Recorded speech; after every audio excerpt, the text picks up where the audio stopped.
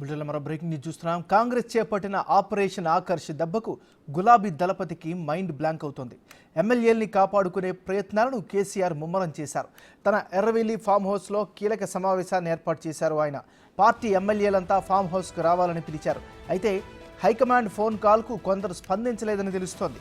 మరోవైపు పటాన్చెరు ఎమ్మెల్యే గూడెం మాహిపాల్ రెడ్డి ఢిల్లీ వెళ్లారు. మరొక శాసనసభ్యుడు కూడా హస్తినిలో ఉన్నట్లు చెబుతున్నారు.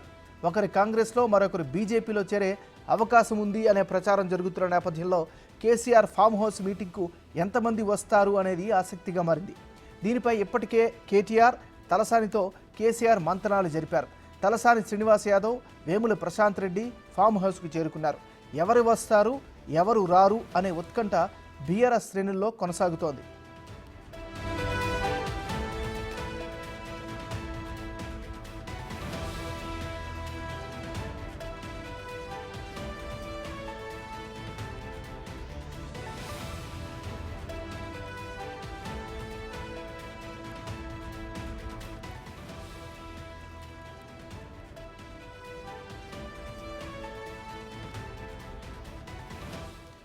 బులెటిన్లో మనం బ్రేకింగ్ న్యూస్ చూస్తున్నాం. కాంగ్రెస్ చేపట్టిన ఆపరేషన్ ఆకర్ష్ దెబ్బకు గులాబీ దళపతికి మైండ్ బ్లాంక్ అవుతుంది.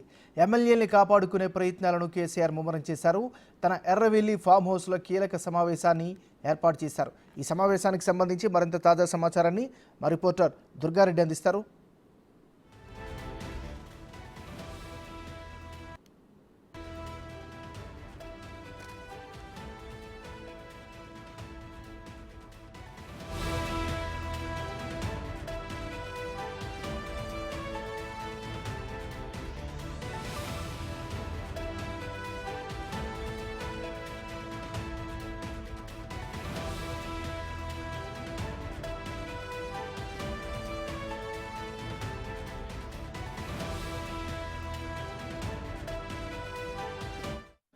కాంగ్రెస్ చేపట్టిన ఆపరేషన్ ఆకర్ష్ దెబ్బకు గులాబీ దళపతికి మైండ్ బ్లాంక్ అవుతుంది.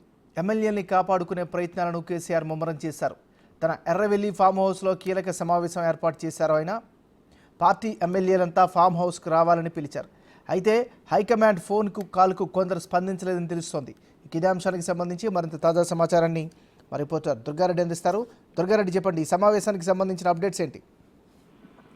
నాగరాజు, సిద్దిపేట జిల్లా రాష్ట్ర మాజీ ముఖ్యమంత్రి చంద్రశేఖరరావు ఫామ్ హౌస్ లో మాత్రము అర్ధరాత్రి 2 గంటల నుంచి ఇక్కడ మాజీ మంత్రి కేటీఆర్, అదేవిధంగా మాజీ మంత్రి హరీష్ రావు, రాష్ట్ర మాజీ ముఖ్యమంత్రి కె చంద్రశేఖరరావు వీళ్ళంతా కూడా ఒక సమావేశం ఏర్పాటు చేస్తున్నారు. సమావేశంలో మాత్రము ఉమ్మడి తెలంగాణ రాష్ట్ర వ్యాప్తంగా ఉన్న 37 మంది ఎమ్మెల్యేలను కూడా ఈ సమావేశానికి హాజరు కావాలని చెప్పి వాళ్ళకి ఫోన్ చేసి ఆ సమావేశం 11 గంటలకు రావాలని చెప్పి ఆదేశాలు ఇచ్చారు. ఆదేశాల ప్రకారం మాత్రం ఇప్పటికి మాత్రం ఒక 3 ఎమ్మెల్యేలు మాత్రమే, అదేవిధంగా తలసాని శ్రీనివాస్ యాదవ్, గోపీనాథ్, అదేవిధంగా వేముల ప్రశాంత్ కొంతమంది హాజరయ్యారు. ఇక్కడ 6-7తో మాత్రం ఒక ఫామ్ హౌస్ లో మాత్రం సమావేశం అయితే కొనసాగుతుందని చెప్పవచ్చు నాగరాజు. అదేవిధంగా చూస్తే మాత్రం గూడెం మైపాల్ రెడ్డి, పటాన్చెరు ఎమ్మెల్యే గూడెం మైపాల్ రెడ్డి మాత్రం ఇప్పటివరకు అయితే ఢిల్లీకి వెళ్లారు. ఈడీ కేసులో కూడా లాయర్ కలవడానికి వెళ్ళినట్లు కొంత సమాచారం అయితే మనకు అందుతుంది.